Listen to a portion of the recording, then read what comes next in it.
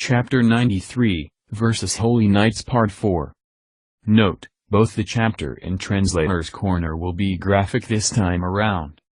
Translator's Corner. Forgotten Memories 2.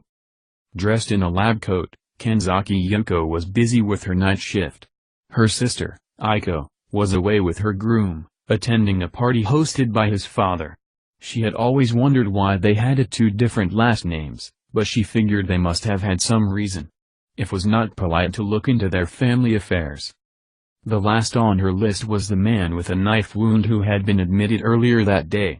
She bent down to check if he was breathing peacefully. "Shh. Quiet. Don't move, please. I don't have much time." The man suddenly grabbed her mouth and spoke. "Listen, I'm sure I'll be killed within the next day anyways, so I have no choice but to depend on you.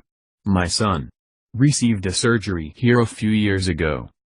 He then began to tell her a tale of how his son mysteriously died during the surgery, and upon a deeper investigation he found out that Dr. Oda had killed her and pawned off her organs. An unbelievable tale, that Yuko was certain was not true. After all, Dr. Oda was a kind elderly man, he cared for the patients. "I understand. I'll make sure the police knows," she said, and exited the room. Her shift coming to an end, she walked into her office, and begun to change. Whether fortunate or not, the moment she reached into the closet, the office door swung open, and, out of surprise, Yoko hid in the closet. "Dad. Seriously. Why not dispose of her otherwise? You should seriously get a new hobby," a familiar voice said. If only she had not made those calls. Seems like she had called her sister. "We'll need to dispose of her later." Dr. Oda and his son Mugichi Yujiro dragged a battered, barely alive body of Aiko into the office, tied a noose around her neck, and hung her right there. A single tear stopped on her cheek. The two men laughed and left the room. Yoko fell on her knees before the corpse of her sister. "Aiko? Hey! Aiko? Is this some kind of joke? Are you playing the Pierrot, sad clown? Tears don't suit you. Please. Dot. Saint Demon Confrontation Arc. 093. Versus Holy Knights Part 4. Having jumped high into the heavens, Shin observed the ground below. Her eyes glistened with the light of a king who had gone off to hunt a treasured prey. A fearless smile appeared on her face and she released an ominous aura, Haki. Having easily found her prey, she descended upon a small squad of knights. Leonard is, in fact, not a Knight Templar. He is a genius who reached the pinnacle of magic arts and is the Saint Wizard. Only he who has mastered the Saint Magic Archive and the Elemental Magic Archive can call themselves with this title. The Saint Wizards are those who truly understand the laws of the world. However, holy sword in hand, Leonard had engaged in many battles. Even while hiding his identity as a Saint Wizard, his name is far more famous now as a Templar. And at some point he had become Division Vice Captain. Without question that was the result of his power. A beautiful sword hand. Where Arnaud's sword symbolized power, Leonard's embodied harmony. Though they had comparable power, Arnaud was a little stronger. Moreover, Arnaud specialized in persistent combat. That endurance elevated Arnaud as the strongest among the knights. But Leonard was in fact a magic swordsman. That is how he now fought. His sword skill would not lose to Arnaud, and his current fighting style would certainly not fail him. No, certainly Leonard was now stronger. However, the Templars did not base their evaluation on Elemental Magic Archive. Even though there are those among them that have an affinity for elemental magic and use it, they silently cast it during battle. Thus, Leonard convinced himself that true power consisted in reaching the pinnacle of the holy affinity. If he were to achieve his goal, surely he would have the power to cut down any opponent. That was his delusion born out of being saved by a hero during his childhood. The hero was strong. Simple, perfect strength. The attacking monsters were decimated with the hero's sword. Even wicked spirits far larger than a human were vanquished with a single stroke of the sword. Thus his hidden village, which had resigned themselves to death, were saved by a hero. Since then, Leonard was fascinated with that mystical sword. And while mastering the ways of magic he imitated the hero's sword with a stick. After becoming a saint wizard, he finally left for Ingresa Kingdom. There, he learned the sacred magic and awaited his opportunity to journey to the Holy Empire Ruberian. For an outsider to be allowed the pilgrimage, one would have to attain certain proficiency with the sacred magic. Vertical bar. In the end, Leonard reached a high level of the sacred magic archive and was allowed to become the Knights Templar's apprentice. Afterwards, during the spirit contract ceremony, he formed a contract with the light and darkness spirit. With a serious expression, he reported to have formed a contract only with the light spirit. For him, the darkness spirit distanced him from the hero and hence was pointless. Thus, began the life of the Light Templar Leonard. A nightmare incarnate descended from the sky. Lightly landing upon the ground, she looked up at the knights. Without panicking, Leonard had already begun to order his men. He had the targets surrounded by 2 knights from each direction. And had the rest set up a simple holy barrier as soon as possible. He decided that they should end this fight quickly in order to focus on Hinata's order. Leonard's magic perception identified the monster before him as unreasonably powerful. Even among A-ranked monsters, she was far stronger. Perhaps she is the highest existence in this city. Maybe they were beset upon by the demon lord himself. On this battlefield, Leonard felt powerful existences in various directions through his perception magic. He couldn't feel the other knights, but that's because the magic power is unnaturally dense in these areas. There was only one enemy before them. Negligence would result in death. He decided to dispose of her immediately. Set up the barrier for the target before us. He issued the order, judging that there was no time to analyze the enemy. The knights surrounding her in 4 directions immediately got to work. This is an excellent barrier which probably cannot be broken from the inside. But it is not perfect. It is a simple barrier, after all. The space created is narrow, so could it block every attack is the question. The space as created is 20 meters in diameter, but if one were to immediately absorb all the magic energy and fire off a large-scale spell, then perhaps it would break. That's why the barrier is normally made to be far larger. In the first place, though this barrier sealed the variability he was so proud of, he couldn't complain in the present situation. Just in case, he had the second squad surround them all with a defense barrier. They couldn't kill the target trapped in the purification barrier. They could attack from the outside, but they had to confirm the target before that. On the off chance that the enemy had a rare reflect affinity, such carelessness would only lead to unnecessary casualties. He could hardly commit such a blunder. When the dust settled, a single monster stood before them. She was slender, with purple-black hair. It was long enough to flow onto her back, and it suited her well.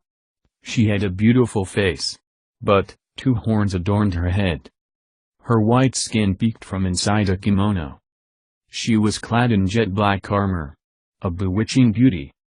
Her eyes, like 2 amethysts, focused on Leonard and she opened her mouth.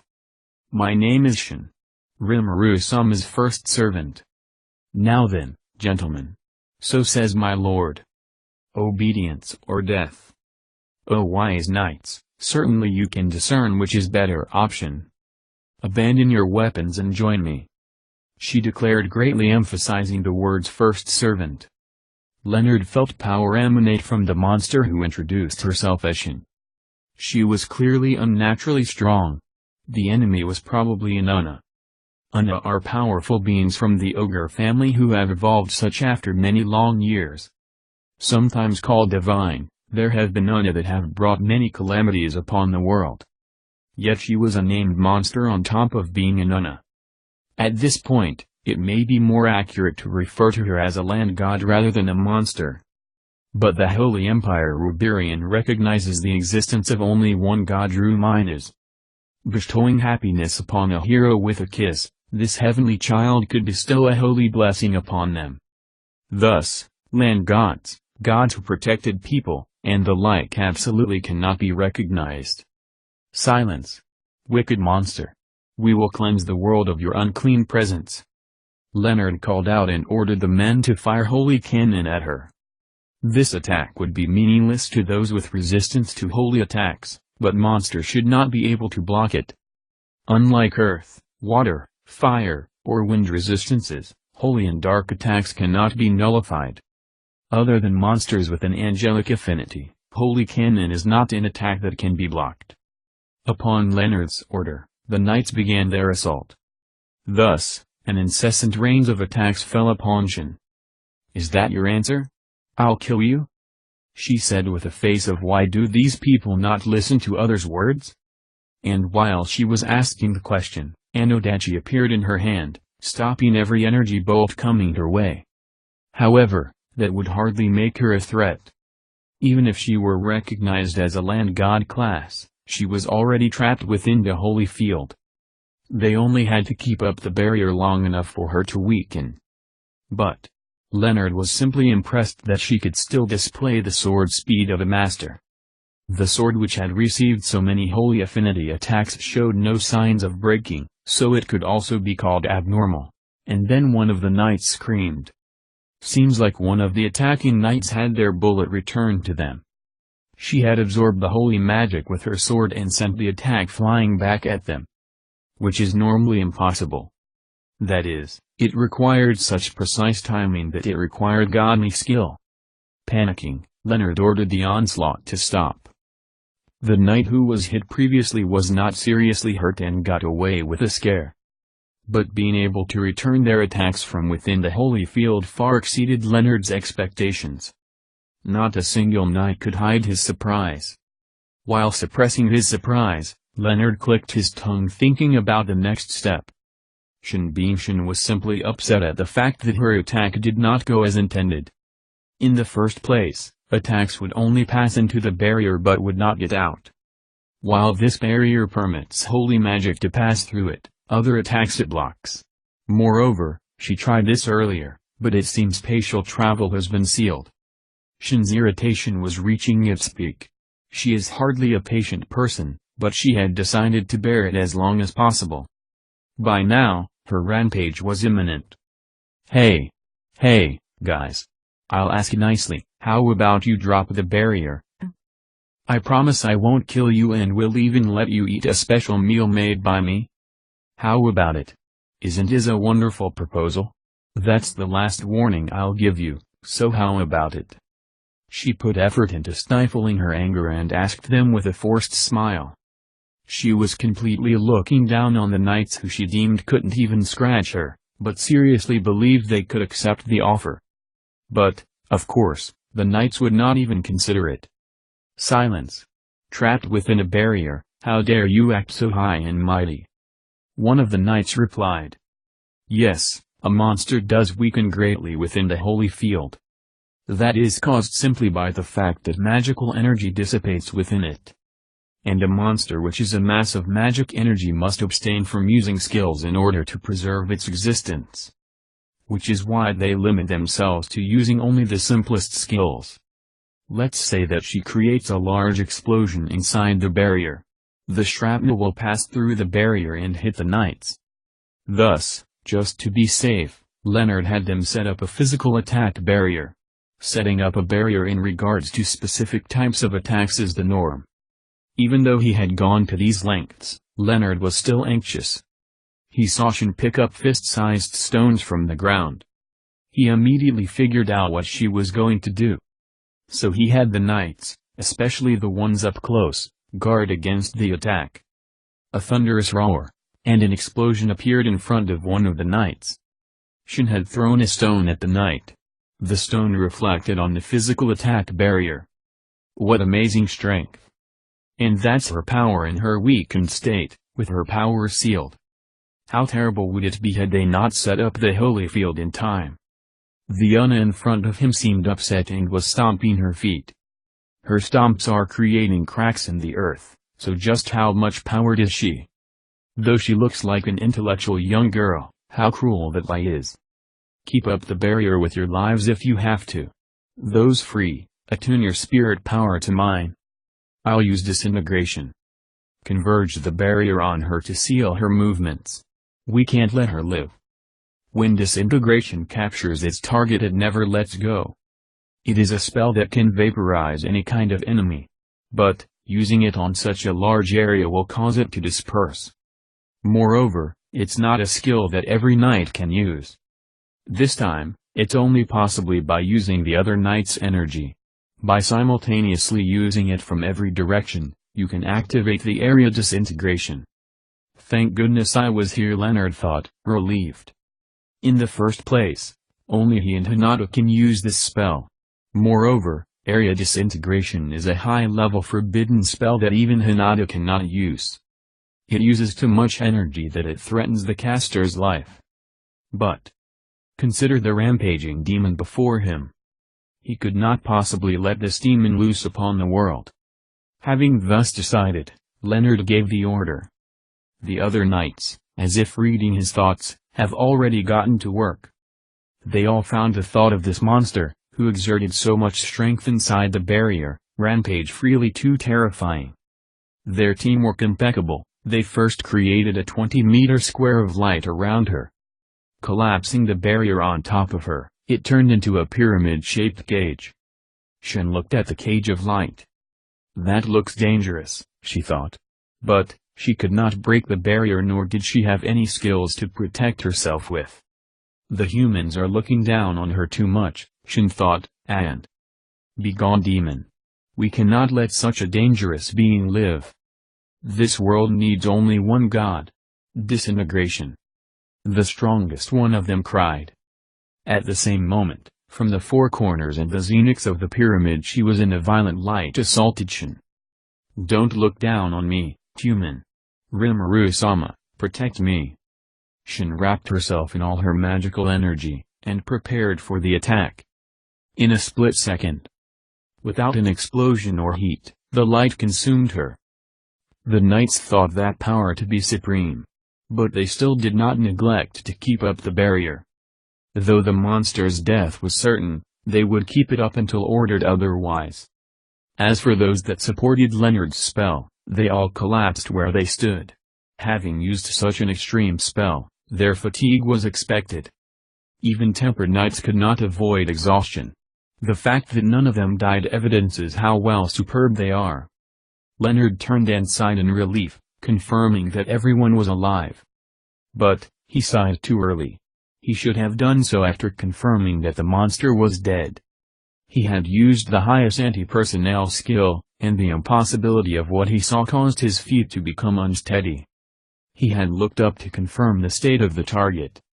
In the center, the remnant of the that burned thing began to move. They were not able to burn everything away, some of it remained. But that cannot possibly survive. A limbless monster, a mere torso, can only crawl into a hole awaiting death. Leonard sighed again, preparing to crush the target. It was a terrifying monster, but they had managed to defeat it. They were truly fortunate to have been able to destroy it without a single casualty. Had they not made the first move, they might have all been killed. But, their goal was not to kill this monster. Leonard so remembered, changing his mood. And he began to consider his mission. At the present, he was supposed to set up one corner of a large-scale holy field. It was to support Hinata, a crucial mission. However, the Una's attack had left his men exhausted. Fulfilling the mission may prove difficult, he thought, and finally noticed that something was wrong. He did not feel that a single division had succeeded. If he was attacked, were the other groups also attacked? But even so, there's no way they could have been attacked by equally powerful monsters, so they are just running late. Slacking, aren't they? What a good opportunity. I'll forge them anew when we get back. Leonard thought, and intended to contact Arno, but BB bastards. You unforgivable. I'll never forgive you, human trash. He felt a wicked presence behind him, and turned around. An unbelievable sight unfolded before him. In the middle of the holy field, like a zombie or a ghoul, something was gathering itself together. The knights, their faces deathly blue, looked at Leonard. Impossible. How can you still live after being hit by disintegration? He couldn't help but exclaim. A rare mistake for the calm and collected Leonard. But, it couldn't be helped. If anything, it's the monster that survived disintegration that exceeds the laws of the world. And before him, the zombie-like Hunna began to regenerate into her original beautiful form, which only increased their fear. Returning to her original form in less than a minute, this is what she said. I'll show you the same level of pain, the same level of suffering, and twice the fear, humans. An ominous crimson light shining in her eyes, Shin bellowed. And charging forward she hit the barrier with her sword. It wasn't simply effective. And the relieved knights' faces were covered in fear. Cracks ran across the whole barrier. And HMPH, as I thought. It's not a high-density barrier, but one that tampers with the laws of the world a bit. Well, something like that can be changed with one of the effects of my cook skill, she said, and cut the surprised knight standing in front of Leonard. Though he should have lost his head, that's not what happened. Only his limbs fell to the ground. Did she surpass his sight by that much? While feeling the sense of dread intensified, he casted full recovery magic on the knight. But it did not activate, which caused Leonard to tremble. Kukaku, you fool! I made that human's limbless state the norm. What good would recovery magic do? He's perfectly fine already. Shin happily explained. Leonard understood what she meant, which caused his heart to tremble in terror. In fact, he had noticed, but did not want to accept it, when she had rewritten the effects of the holy field. And, now before him, was undeniable proof. She overwrites the nature of the object itself. She has a skill that allows her to obtain a desired effect. In front of a skill that necessarily grants the user's desire, defense may be completely impossible. Even if you try to oppose her, she'll just overwrite it with a stronger wish. Only those who possess a similar skill can oppose her. Because Leonard was a genius, he noticed this, and despaired. He figured there was no way he could oppose her. So he thought. Understanding that a demon had been let loose upon the world. No way. It's impossible. This kind of fiend cannot possibly. Fear. As she had declared, Leonard was overcome with fear. Leaving Leonard for later, she first went for the despairing knights and the exhausted who could no longer run away. And in front of Leonard's eyes, his men, now limbless, were carefully arranged in a few moments. Leonard felt as if he were going mad from fear. And in his ear. So you are next? A sweet voice whispered. Now Leonard would come to know true fear. If you find any errors, broken links, non-standard content, etc., please let us know. Report chapter so we can fix it as soon as possible. Chapter 94, Mastermind. Translator's Corner.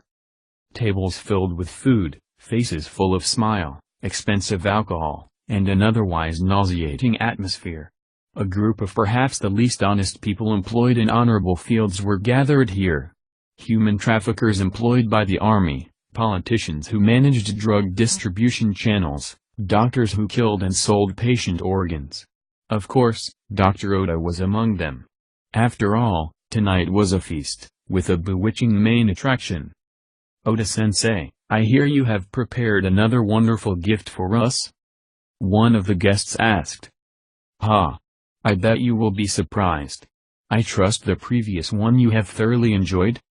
The doctor said with a wicked smile. That would be an understatement. But where have you found this merchandise and how prone is it to create problems? Why, it is twin of the previous one. And, after I retract her registration tomorrow, she'll just be another crazy person on the streets. Careful doctor, not her. The two men laughed.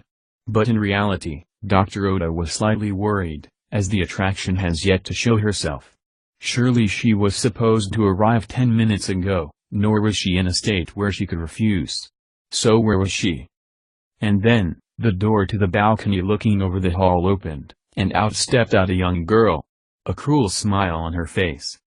Dot. Dot. Saint Demon Confrontation Arc. 094. Mastermind. Sakaguchi Hinata thought herself fortunate to have been able to meet Aizawa Shizu. Though the time they spent together was truly short, only to Shizu was Hinata able to truly open up her heart. A single month. In that short time, she had stolen all her skills and left her. She was afraid to be rejected, as her theft ability was terrifying. Moreover, we're bothering Shizu-san. The association is not so rich as to support people who don't work. So would you like to work together with me? So said a boy from her world. She understood that he was simply trying to recruit her, but his words, that they were being a bother, deeply hurt her. That's when Hinata decided to leave. When she was setting off, these were the boy's parting words. We'll definitely meet again. When we do, help me. She took those words literally. Lacking in information, Hinata opened her heart up to the boy just because he was a fellow world traveler. So she nodded at his words without any hesitation, and set off on a journey. A world filled with despair, where life could be taken easily, such a world. She obtained power in order to survive. A country she was staying in got attacked by a disaster-class monster, leaving many people dead. There were plenty people fighting to protect the children. The adults would not run away, but would desperately attempt to shield their children. Even though she had thought they would run away without a second thought trying to save themselves. Those fighting were called the Knights Templar, Holy Knights. They would at times be passing through this city on patrol, protecting the people and enforcing justice. That's where I want to live, Hinata felt. And thus without a doubt. 10 years had passed. Though Hinata did not believe in God, she had reached one of the highest posts in the church. An ironic tale perhaps, but she was performing the sacred duty of protecting the lives of people and the citizens of the Holy Empire of Rubarian. Hinata did not doubt anything, and believed this to be her justice. Live for others, even at the cost of your own life. If you did so, then everyone could be happy. Similarly, the monsters must be destroyed. Since every single time, it was the monsters that threatened the people's happy lives. Though the capital was protected by a barrier, the same was not true for the cities and villages in the region. The patrolling knights decreased the number of casualties while fighting off daily onslaught of monsters. Unlike the monsters of Jura Forest region, these had no other food source. A desolate wasteland spread to the west. A result of a battle between two demon lord-like beings. This wasteland has many areas of dense miasma from which monsters spawn. Thus, the knights embody the people's hope itself. There have been times when the knights have been deceived and killed by monsters. Due to these occurrences, the church decreed dealing with a monster was strictly forbidden. This creed conveyed the many hundred-year-long wisdom of the knights who had survived while protecting people. And at some point, Hinata had decided that people's happiness was directly connected to this creed. Though she did not originally believe the creed, she was won over by its logic. And, at some point, she decided that protecting the creed was her justice, a truly ironic tale. The days spent fighting the monsters. When was it that she found this routine boring? The day she became squad captain and started drafting plans, the number of casualties greatly decreased. That was thanks to her monster spawn point prediction and casualty prediction, methods of communication, and patrol timing. Thus people began to see the results of her optimization of the system. This is why the knights have so much faith in Hinata, she thought. This is why she absolutely could not violate the creed. She has the responsibility, the mission to protect the people. Having received the trust of her subordinates, she created a place to return to. Even Nicholas claimed to love her. In the end, Hinata was simply afraid. Even though she tried not to get attached to anything, she was still afraid of losing everything. people could live happily only under complete control. Hinata so believed. And the existence of the controlled society Ruberius only proved her point. That's how it was supposed to be. Which is why, like always, she only needed to defeat monsters, that is all. A simple point. But that's how it was. Protecting the creed was her reason to exist, her justice. Such was her warped heart that never knew parental love. This belief was the only thing that supported her heart. To protect that belief, she decided to fight. And, now, things were so bad, she wanted to laugh. But as a result, she made a breakthrough. She simply stopped worrying, stopped thinking. Was she right, was she wrong? Not even that mattered anymore. She could not see the amount of power of the enemy before her even with mathematician skill. An enemy clearly above her. Worlds apart from his previous strength. She could only lament having let him escape last time. Her tedious days would now come to an end. Fighting a losing battle is a fool's action. Even so, Hinata was excited. Am I wrong? In that case, prove it, Demon Lord Rimuru. She drew the large sword, Dragon Slayer, from its scabbard to oppose the Demon Lord. A thin smile appeared on her face. And with her heart elated, sword pointing at Rimuru, she advanced. I again considered my fight with her. This girl leaves no openings. Thanks to thought acceleration, I am currently able to perfectly receive her hits. After a brief exchange, though my attacks don't even scratch her, hers seem to be able to scratch me. Not that they don't, though, not that I could be proud of that. Which is why, we're currently trying to exploit an opportunity or a mistake made by the other, but none had presented itself yet. Hinata is a real beast to be able to fight me like this even after I awakened as a demon lord and have Raphael's support. Frankly, I had expected myself to overwhelm her. She seems to be able to easily read my sword, and blocks it without fail. And, responds with accurate slashes. Last time, I was truly not a threat. Moreover, she didn't even go all out last time. While lightly blocking her attacks, I observe Hinata. A faint smile on her lips, she is looking straight at me. But, her eyes don't reflect our movement. Her eyes are moving like sensors trying to observe the entire area around us. Her posture does not waver, she is able to keep up a natural pose ready to counter any attack. Her movements don't depend on strength and seem to originate from nowhere. I am not sure how she is able to so easily predict my attacks, but it's clear that she knows. Whereas when I see her attack, I just desperately try to evade it.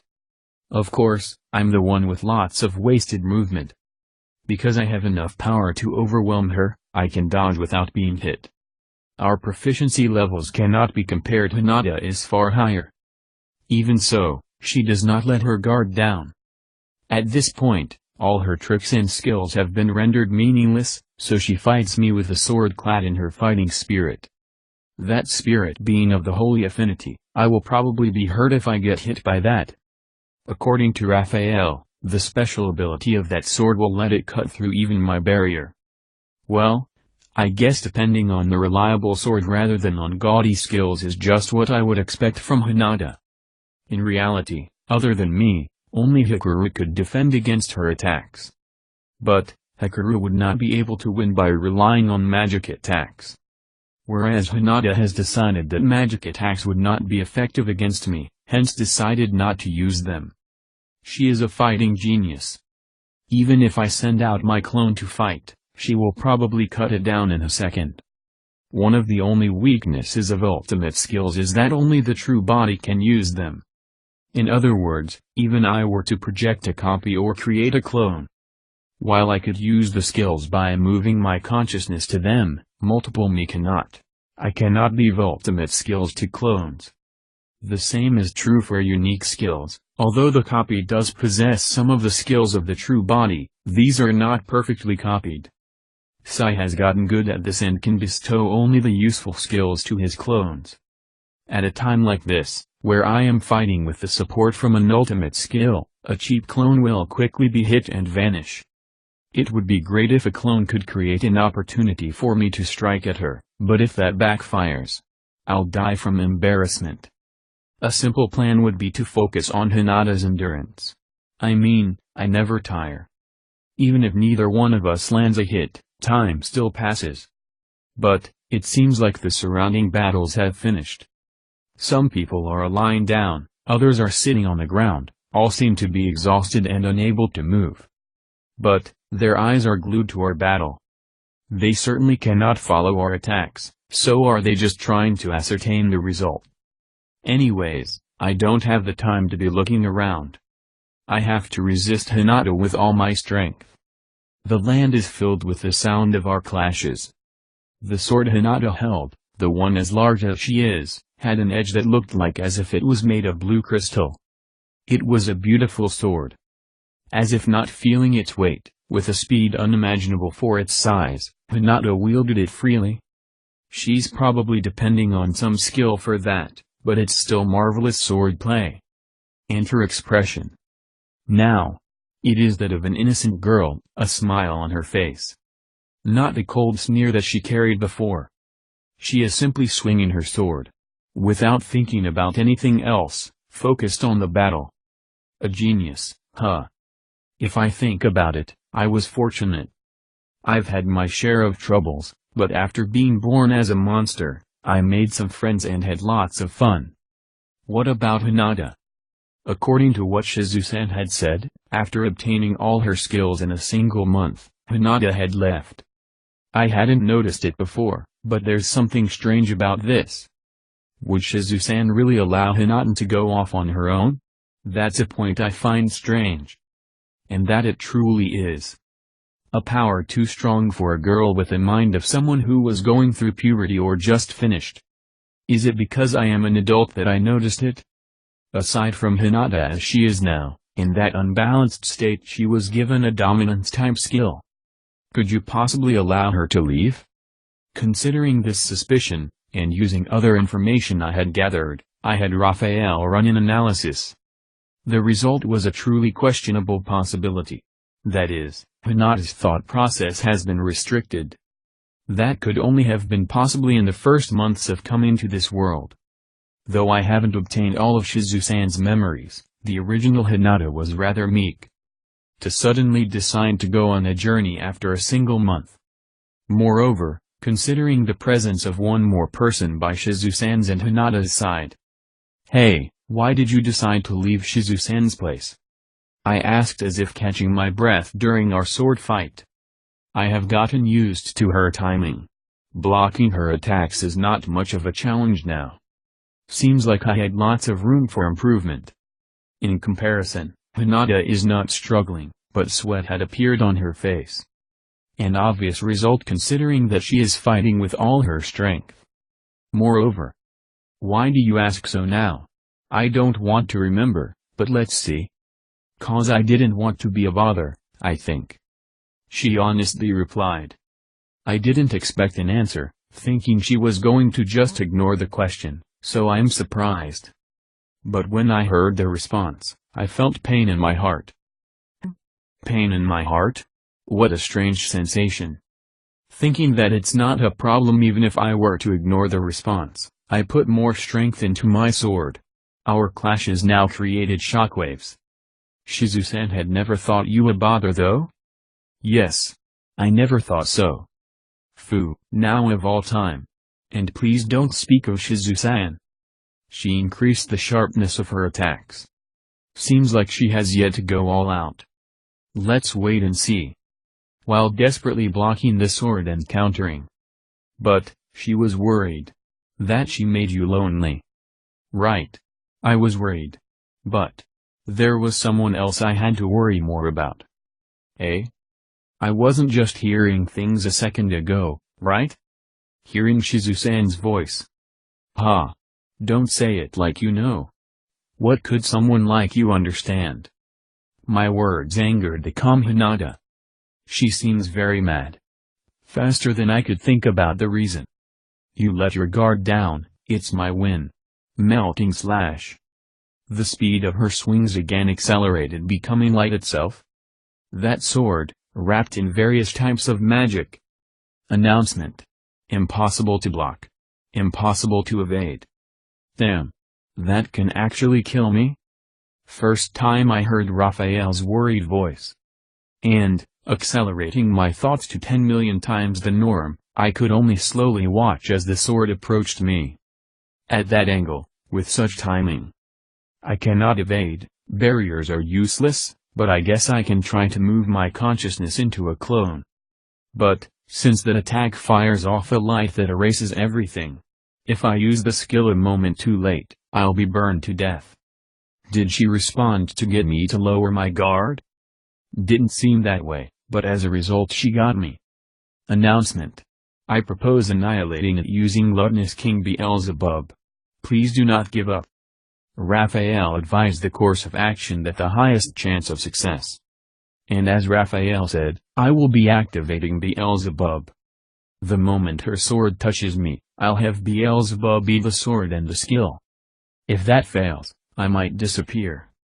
But there's no room for hesitation. I trusted Raphael, and activated Beelzebub at that precise moment. Dot. Dot. The result, I survived. I thought I would die, but I survived. Hinata opened her eyes and looked at me. For but a brief second. She soon readied her sword and came at me again. I, personally, was still in the process of being happy about surviving, but I guess fighting her comes first. Seriously, this girl, so dangerous. Honestly, the moment her skill touched me, a lot of my magic energy had disappeared. If converted into HP, I'd say about 50% was gone. Well, I did survive though. I won't let my guard down again. Actually, the only reason I did in the first place was because I started hearing Shizu-san's voice for some reason. While thus complaining and blocking her attacks. Announcement. Future attack prediction has been acquired. Activate. Yes, no. I almost screamed in surprise. Suddenly, Raphael had acquired a new skill. What a great person Raphael is. While observing Hinata had been trying to predict her movements, so maybe because of that. Let's just go with that. I hastily activated it. A number of lights appeared before me. Though it's a sense, I actually visualize it. A single light fired at me. I moved my sword in anticipation of the light, and interestingly enough it blocked Hinata's sword perfectly. It seems like that light originates from her posture and displays possible attacks which follow a displayed trajectory. If she's trying to do something, the lights turn black. In this case, prediction is impossible, but it means a real attack is coming soon. In other words, face and the like can now be calculated. A master like Hinata can certainly use attacks that cannot be anticipated. But what's scary about this skill is that it does not predict the attack but the result. That is, even if the chances are low, only a specific attack could follow the prediction line. If that's the case, Hinata's not a threat anymore. Her flowing attacks all predicted with future attack prediction. I easily flick away her sword. It's the end. I won't kill you, but I'll have you feel some pain. While I was thinking this, I lowered my sword, only to have an unbelievable illusion appear before me. Both of her hands outstretched, Shizu-san stood in front of me. With no burn marks, a face of an adult without a mask. Her face older than mine, and a calm aura about her. Hinata seemed to also be able to see this illusion as she angrily scowled at me. And to both of us. Rimuru, and Hinata. No one else. No way. An illusion can talk? Hinata seemed to be able to hear it, cause she just sat there. And, suddenly, my sword was pressing against her neck. At that moment, time seemed to stop. This is, though, acceleration? And I am linked with Hinata? What did you do? What the hell are you planning? Her eyes bloodshot, Hinata asked. I don't remember thrusting at her at all. But, I am the one who wants to ask. No idea. I want to know myself. Though she seems as if about to disappear, I can see a phantom of Shizu-san. A slight smile on her face, she so said to us. I'll borrow a little of your time. Would you listen to me? And, the phantom began to speak. Her words dispelled all of my suspicions, or rather, it confirmed all of my hypotheses. In other words, the original cause of all of this. Why did Shizu-san abandon Hinata? And, are Hinata's thoughts limited? These questions. These were all answered by her words. I'll be frank. I worried about Kagura Zakayuki. I knew that Hinata was strong. But even so, choosing him even I found strange. Now I understand. My thoughts were restricted. By his ability. No way. Yuki would never do that. Interrupting Hinata, Shizu-san shook her head and continued. You are also affected, Hinata. Even now you are. She said with a pained voice. Hinata had nothing to say in response. That's to be expected. She was just told she had been manipulated up until now. But, these words confirmed my own conclusions. Right. I said, satisfied. Now the doubts have been cleared. As there was a person who willingly manipulated a single girl who thought that if she tried hard enough, someone would one day be nice to her. That culprit is. In other words, Kagura Zakayuki is the mastermind behind all of this. Surprised at my question, Shizu turned around and with a distraught face nodded. As I thought. Now everything makes sense. At this moment, a flame of anger against the mastermind was lit within me. If you find any errors, broken links, non-standard content, etc., please let us know. Report chapter so we can fix it as soon as possible.